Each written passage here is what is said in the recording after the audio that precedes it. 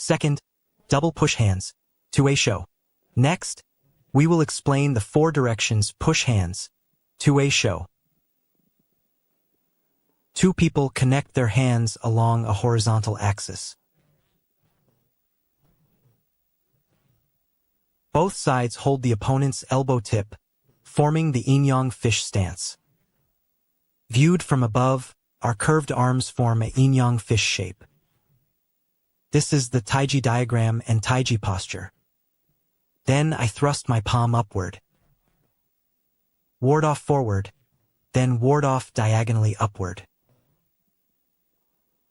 Opponent performs rollback, I press, opponent pushes.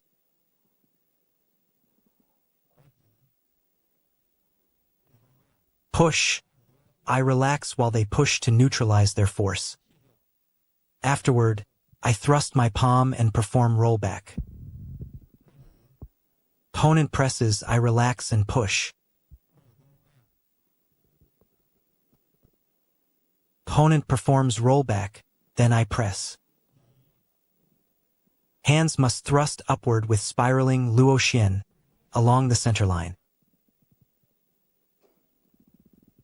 Left hand rollback, push.